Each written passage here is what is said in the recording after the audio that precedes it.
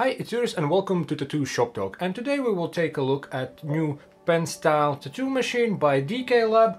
The name of it is a bit funky. It's Linetion Sworder. I don't know who comes up with those names, but whatever, it's not about name, it's about tattoo machine. And I'll do my usual ups and downs of the machine, and there's two of them. One will be for a giveaway, so stick around to the end. I will let you know how to participate in giveaway for this tattoo machine. And now let's start with this one. So this tattoo machine, as I said, name is a bit funky. It's available on American Amazon. All the links will be in a video description, so you can go and check it out. Linetion Sworder wireless tattoo machine rotary pen kit supply Japanese cordless motor 2250 milliamp travel case packing. It comes in 3.5mm strokes and 4mm strokes, and price is $329.99 US. If there will be other places where to buy it, I will update in a video description. And while you're there, leave a comment in the comment section, feel free to use it. So tattoo machine by Rca Labs, and they also have cartridge needles. Let's go with the machine. So once you get it, it comes in a box like this. It states on the box what stroke it is. It's very glossy, shiny packaging, but that's just a box. And on the inside you get this travel case, which is pretty neat. And it has this carabiner thing, so that will go probably on some of my keys or something. And there is everything you need. There's a pretty detailed instruction. Usually you get like one info sheet, but this is all like warnings and cautions and all sorts of information and how to take it apart and what it consists of. So that's all in there. Then there's one of them super skinny RCA cables with nice pink connector. There's also USB-C cable, some gasket type of things, and this is how it's all packed, and all the cords and cables are in there. There's this type of charger for batteries, and then there's two batteries that comes in a separate case, and they come with some juice, so you can already, once you get it, play around with it. The batteries are these sort of standard chargeable batteries, so if anything happens, you can buy them in those DIY type of stores, or probably they should be on Amazon as well. That's the tattoo machine. There's also a charging brick, which is nice that it's included, so you don't have to worry buying or finding extras. They never a problem, everyone have charging bricks, but this one is branded.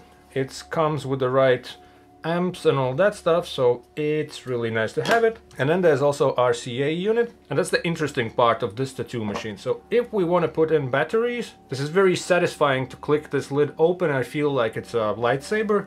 Check it out. Boom. So, imaginary lightsaber, battery drops in there, boom, close it, that's the unit, power button in the middle, it also runs and stops the machine, and plus and minus in this configuration, that's for voltage up and down. That's the sound it makes. It's not like super quiet, but it's also not loud. I have had louder machines on this channel. Let's get the battery out, and if we put it other way in, sort of wrong way in, you close it, press button, and nothing happens. And that's also good. If you put it in wrong, it's just not gonna work. And let's do the interesting stuff. Now this part you can undo, and that's where the RCA module screws on. So if for some reason you don't want to work with battery, or let's say maybe battery died, which is unlikely because there's two of them, so one of them should be charged, but for whatever reasons there was power outage, you just forgot to charge them, or maybe your colleague decided that his wireless headphones are more important than your batteries and unplugged the charger. So this is what we get form factor wise, with RCA unit a bit taller than Bishop Wand liner or packer, doesn't matter, they would be the same. And I noticed in the instruction manual it says that don't put this unit, especially with the battery in, on the metal surfaces, because you probably don't want to short that connection out. This is the connection type. There are two pins in there, and then there's this situation going on here. Same situation on an RCA unit. I don't think you want to swap them out too much, because I'm not sure how secure is this connection sort of in long term, how soon it can wear off. And this is Bishop ones with a short and regular battery from Critical, and this is next to it. It's the same size as Bishop wand with the shorty battery by Critical for $320 $29.99. So that's a bit of difference. That's also a different ballpark of tattoo machines. With the battery grip on, sort of balance wise, it seems like a balance is sort of in the middle. With other tattoo machines, batteries are a bit lighter, but this unit is all metal. Design itself reminds me of SpaceX rockets. If you have looked at other pen style tattoo machines, you have seen similar shapes out there, also with the similar types of batteries as well. I gave this machine to hold for a gentleman who has the fancy Cheyenne machine, and I gave him to sort of hold just for comparison. He said it's slightly heavier than Cheyenne, and the grip part where you adjust cartridge length feels a bit more stiff when you adjust it. As you can hear, it's the clicky type of grip. That's for them whom that matters. It's all nice and sort of metal type of thing, so it means you can also easily clean it. That's the tip, that's the size of it. And that's where the gasket goes. In the future, if you need to change them, there's 5 of them in a bag. And from instruction manual, it looks like that it shouldn't be too much of a problem to get the motor out as well, if a need be. There's this part where you adjust needle length, and then you can change the back bit where it's either RCA connector or batteries. Boom. So that would be about this tattoo machine of sort of ergonomics. Feels nice in the hand. I like to work with it. I like to work with it more than I did expect. I like it for coloring in. This is 4mm stroke. It starts at 4.5 volts, and 4.5 may be a bit too slow, but around 5 it feels nice to color things in, and it goes up to 12 volts. It's 4.5 to 12 volts with 0.1 increments. So that would be in general about this tattoo machine. For work it's fine, and I mention in these videos that I'm not a fan of lining with cartridge needles. Still, it works fine if I'm comfortable with the placement. For my comparison, it feels similar to Bishop Packer one, so it works just fine. This could be a good all-rounder. If you are comfortable to line with cartridges, this should be a good machine for you. This is the 4mm stroke one. If I'm comfortable with the spot and design, I would also line with it. And now let's slide into weird stuff about this tattoo machine. Let's start with the first thing. You get the machine, you switch it on, hold the button, and it starts to run right away. That wouldn't be a biggest deal. Then you switch it off, you want to change voltage, and nothing happens. Boom, boom, boom, boom, boom, boom. It's still at 8 volts. For some reason, it's defaulted to start at 8 volts. I would prefer that it would start at the last voltage you used. Not a big deal, but I noticed that. So first I thought there's something wrong with it, because I was trying to adjust voltage and nothing was happening at all. Turns out to adjust voltage you have to run it, and only then you can adjust voltage. That would be the sound at 4.5.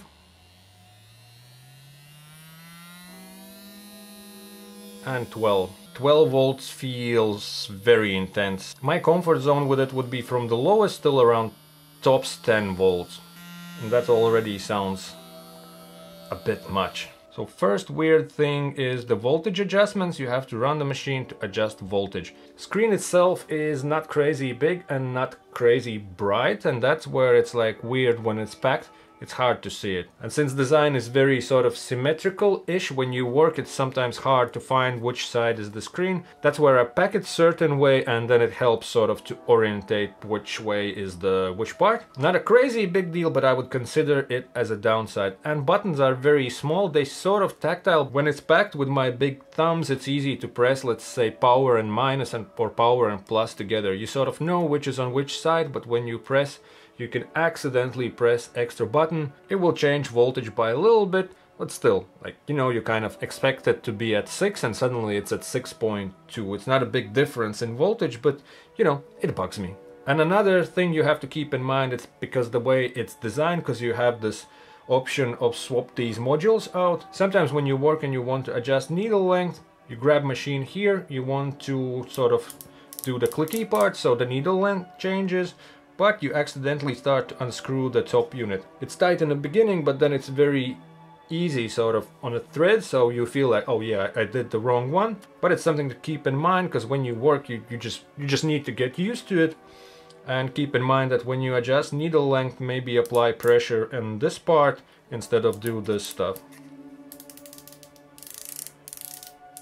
Because you see now it's fine, but once you put a bit of pressure here, Actually, when you screw it in with the low, it's not that bad, but the situation is still there, and when you work it can confuse you, and nobody needs that. I usually in my reviews also do the part where who this machine is for, but this one is really for anyone who looks at that machine, who thinks that's okay price that they want to pay for the machine, and you have the option, batteries or cable, and you have everything within this case. It's not crazy expensive, it's not crazy cheap machine.